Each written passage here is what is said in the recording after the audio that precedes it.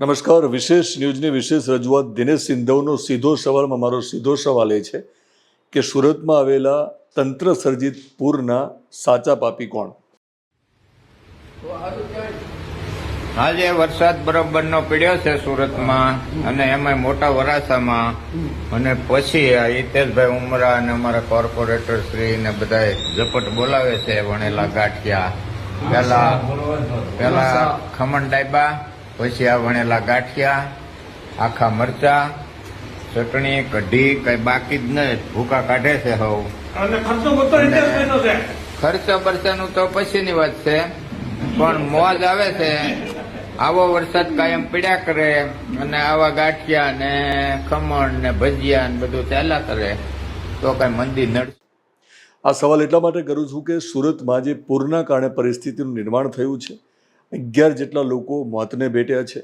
એ સિવાય તમે જે શરૂઆતમાં દ્રશ્યો જોયા, દ્રશ્યોમાં આપણે જોઈ શકીએ છીએ કે વેપારીઓ પરેશાન છે, સામાન્ય લોકો પરેશાન છે અને ભાજપના કોર્પોરેટરો ગાંઠિયા પાર્ટી કરી રહ્યા છે.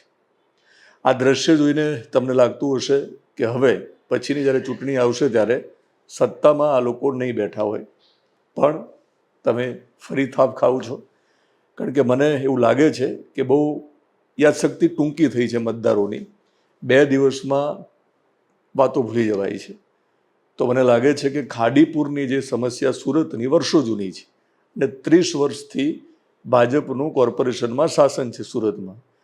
તો ગઈ વખતે પણ ખાડીપુરની આ જ પ્રકારની પરિસ્થિતિ થઈ હતી ત્યારે સમીક્ષા બેઠકની વાત હતી, ઝડપથી એનું કાયમી ઉકેલ આવે એના માટેની બધી વાતો થઈ હતી, પણ કામગીરી કશું ન થઈ અને ફરી એકવાર ચોમાસું આવી ગયું.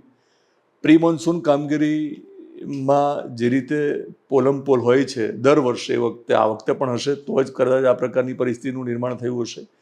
વરસાદ વધારે પડ્યો છે એ માત્ર બચાવ છે. વરસાદ પહેલાં પણ પડતો હતો, ભવિષ્યમાં પણ પડશે, પણ ભૂતકાળમાં અને વર્તમાનમાં પરિસ્થિતિમાં ફરક એ છે કે કોર્પોરેશનના સત્તામાં બેઠેલા સત્તાધિકારીઓ અને પદાધિકારીઓ અને અધિકારીઓ એ લોકો સાથે મળીને ભ્રષ્ટાચાર કરે છે, બિલ્ડરો સાથે એમની સાંઠગાંઠ હોય છે. એટલા માટે વરસાદી પાણીનો જે નિકાલ માટેના જે રસ્તાઓ અને વહેણ હોય છે એ વહેણ ઉપર અવરોધ કરતી બિલ્ડિંગો બની જાય છે, નિર્માણ થઈ જાય છે. એના કારણે આખું સુરત આ પ્રકારની પૂરની પરિસ્થિતિનો સામનો કરી રહ્યું છે. હમણાં મેં તમને કહ્યું પ્રમાણે ખાડીપુરની પરિસ્થિતિ નવી નથી. ખાડીપુરમાં આ પ્રકારની પરિસ્થિતિ વારંવાર સર્જાય છે. 30 વર્ષમાં કેમ કશું ના કરી શક્યા? તો તમને લાગે છે કે ભવિષ્યમાં કોઈ ઉકેલ આવશે? હવે માત્ર પ્રજાએ જાગવાની જરૂર છે. હું ભાજપના લોકોને નથી કહેતો, ભાજપના માત્ર સત્તાધીશોને આના માટે જવાબદાર નથી માનતો, હું તો મતદારોને પણ માનું છું. બીજું, ભાજપ સિવાય અન્ય કોઈ પક્ષના નેતા હશે તો પણ તમારો ઉદ્ધાર થશે એવું માની લેવાની જરૂર નથી. પ્રજાએ જાતે પોતાનો ઉદ્ધાર કરવો પડશે. પ્રજાએ જાતે વિપક્ષની ભૂમિકામાં આવવું પડશે. પ્રજાએ જાતે જ પોતાનો બચાવ કરવો પડશે, પોતાનો જીવ બચાવવો પડશે. એટલા માટે કે તમે ટેક્સ ભરો છો.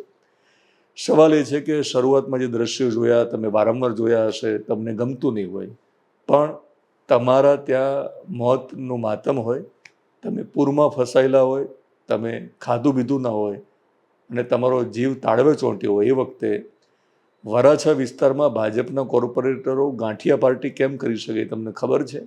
કારણ કે ચૂંટણી ટાણે તમે ભજીયા પાર્ટીમાં ભેરવાઈ જાઓ છો. રાજકીય પક્ષો દ્વારા ચૂંટણી વખતે જે ભજીયા પાર્ટી થાય ત્યારે તમે ભજીયા ખાઈને તમારું કિંમતી મત વેડફી નાખો છો.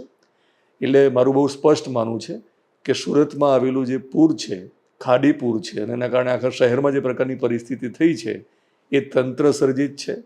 તંત્ર કોનું છે? તો તંત્રમાં બેઠેલા અધિકારીઓ અને તંત્રમાં બેઠેલા પદાધિકારીઓ એ જવાબદાર છે. પદાધિકારીઓ એ ભાજપના છે એટલે ભાજપની સીધી જવાબદારી બને છે. ભાજપની ત્યાં સત્તા છે એટલે એ સીધા જવાબદાર છે. અને કોર્પોરેશનના જે અધિકારીઓ અને કર્મચારીઓ છે એમની સીધી જવાબદારી છે. પણ આ લોકો શા માટે વારંવાર આ પ્રકારનું પાપ કરે છે? શા માટે તમારો ડર નથી એ તમને ખ્યાલ છે ને? કારણ કે તમે માત્ર ભજીયામાં તમારું કિંમતી મત વેડફી નાખતા હોય છો. એટલે મારી દ્રષ્ટિએ સુરતમાં આવેલા તંત્ર સર્જિત પૂર માટે તમે પણ એટલા જ જવાબદાર છો. તો મારો જે સવાલ છે દિનેશ સિંધવનો સીધો સવાલ, એનો જવાબ તમને મળી ગયો હશે. કોમેન્ટ બોક્સમાં તમે પણ લખી શકો કે મારો જે સવાલ છે એનો જવાબ શું હોઈ શકે. પ્રજાને જ્યારે કડવી વાત કહું ત્યારે પ્રજાને કદાચ હું નહીં ગમતો હોઉં, પણ પ્રજાને હું એટલા માટે કહું છું કે તમે જ ચૂંટીને પ્રજાના પ્રતિનિધિને તમે કોર્પોરેશનમાં મોકલો છો અને પછી તમારી હાલત થતી હોય છે, તો તમે જ તમારી આ પ્રકારની કાયમી પરિસ્થિતિનો ઉકેલ લાવી શકો તેમ છો. એટલા માટે તમને કડવું સત્ય કહેતો હોઉં છું. દિનેશ સિંધવનો સીધો સવાલ તમને પણ જો પસંદ હોય તો તમે કોમેન્ટ બોક્સમાં પ્રતિક્રિયા આપી શકો છો. યુટ્યુબમાં જોતા હોય તો આપણી ચેનલને તમે સબસ્ક્રાઈબ કરશો, ફેસબુક પેજ અને ઇન્સ્ટાગ્રામમાં જોતા હોય તો ફોલો કરશો.